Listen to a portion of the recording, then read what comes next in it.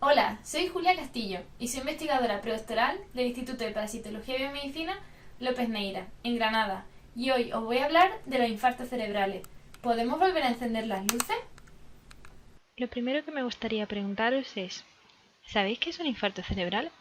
Seguro que todos tenemos el concepto en la cabeza, pero entonces, ¿cuál es la diferencia entre un infarto, un ictus, un derrame cerebral, una hemorragia cerebral o una embolia? Los medios de comunicación continuamente nos bombardean con todos estos términos, por eso es muy importante conocer la diferencia entre ellos. En general, un infarto es la muerte de células de un órgano por falta de riego sanguíneo a las mismas, es decir, un infarto puede ser de corazón o de estómago, y desgraciadamente también de cerebro. Existen dos tipos de infartos cerebrales: los infartos cerebrales hemorrágicos, también llamados hemorragias o derrames, en los que uno de los vasos sanguíneos que llega al cerebro sufre una rotura. Es como si una de las tuberías de nuestro baño estuviera sufriendo una fuga, de tal forma que al abrir el grifo no saldría agua, es decir, no llegaría sangre a una parte del cerebro. Por otro lado, existen los infartos cerebrales isquémicos, que suelen ser los más comunes. También son llamados isquemias, embolias cerebrales o ictus. En este caso, en vez de una rotura, se produce una obstrucción del vaso que llega al cerebro, normalmente por un depósito de grasa en su interior. Si volvemos al ejemplo de la tubería, en este caso nuestra tubería estaría atascada, de tal forma que cuando abriéramos el grifo tampoco saldría agua. En la situación de arriba existiría un flujo sanguíneo normal hacia el cerebro, de tal forma que las neuronas, marcadas fluorescentemente con verde, estarían sanas, mientras que en la situación de abajo, la obstrucción de una arteria provocaría la falta de oxígeno y nutrientes a una parte del cerebro, con la consecuente muerte de esas neuronas. Es algo así como si de repente alguna de las luces de nuestro cerebro se apagara, provocándonos una parálisis de alguna parte del cuerpo, dificultad al hablar, pérdida de memoria u otros problemas cognitivos. Dado que las consecuencias del infarto cerebral son tan graves, tan inmediatas, es fundamental una rápida intervención para restablecer cuanto antes el flujo sanguíneo. ¿Pero existe algún tratamiento para el infarto cerebral? Pues bueno, lamento deciros que prácticamente no. El único tratamiento aprobado hasta la fecha es el activador tisular de plasminógeno, que es algo así como un superdisolvente de coágulos. Sin embargo, es un anticoagulante tan potente que su uso solo se limita a unas cuantas horas después del infarto y no se puede utilizar en todos los pacientes, ya que genera hemorragias internas muy severas. Por otro lado, en algunos casos también se puede practicar una trombectomía, que es algo así como retirar con un alambre muy fino los trombos del vaso obstruido. No obstante, esta intervención está limitada solo a trombos en grandes arterias, por lo que tampoco es muy habitual su utilización. Así que, desgraciadamente, podemos decir que el infarto cerebral cursa actualmente con un fallo terapéutico muy grave. Pero, ¿por qué no funciona ningún medicamento? Bueno, la mayoría de ellos se centran en resolver los problemas del sistema cardiovascular que provocan el infarto y en los consecuentes daños neurológicos. Sin embargo, todo el mundo parece haberse olvidado del sistema inmunitario, que juega un papel fundamental en el desarrollo y progreso de los infartos cerebrales. ¿Y cómo actúa el sistema inmunitario durante el infarto cerebral? Pues bien, cuando las neuronas mueren a consecuencia de la falta de riego sanguíneo, se crea una alarma que alerta al sistema inmunitario, cuyas células intentan subir hasta el sistema nervioso para intentar reparar el daño. Pero adentrémonos un poco más en esta historia. El sistema nervioso es un sistema muy complejo, que regula y coordina todas las funciones de nuestro cuerpo. Por eso es muy importante que esté especialmente protegido.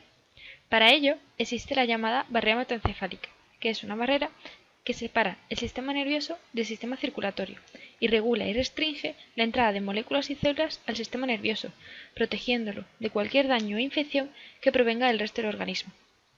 De hecho, el sistema nervioso es tan importante que es muy independiente, siendo capaz de reparar daños por sí mismo.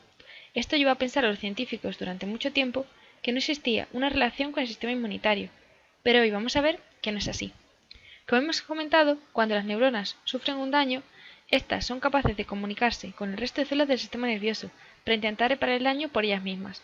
Para transmitir este mensaje, se comunican a través del lenguaje que para nosotros es muy complejo. Es algo así como chino mandarín. Pero bueno, nosotros los científicos no lo llamamos chino, sino que lo llamamos lenguaje de los neurotransmisores. Este lenguaje molecular permite comunicarse a las neuronas con otras neuronas y con las células de la glía, que son las defensoras del sistema nervioso y las encargadas de reparar el daño. Sin embargo, a veces su participación no es suficiente y necesitan ayuda de las células del sistema inmunitario. Estas son muy inteligentes y avispadas y son capaces de detectar que existe un daño en el cerebro. Para nosotros, ellas hablan un lenguaje mucho más sencillo, algo así como español. Bueno, pero no es español. Para los científicos es el lenguaje molecular de las citoquinas.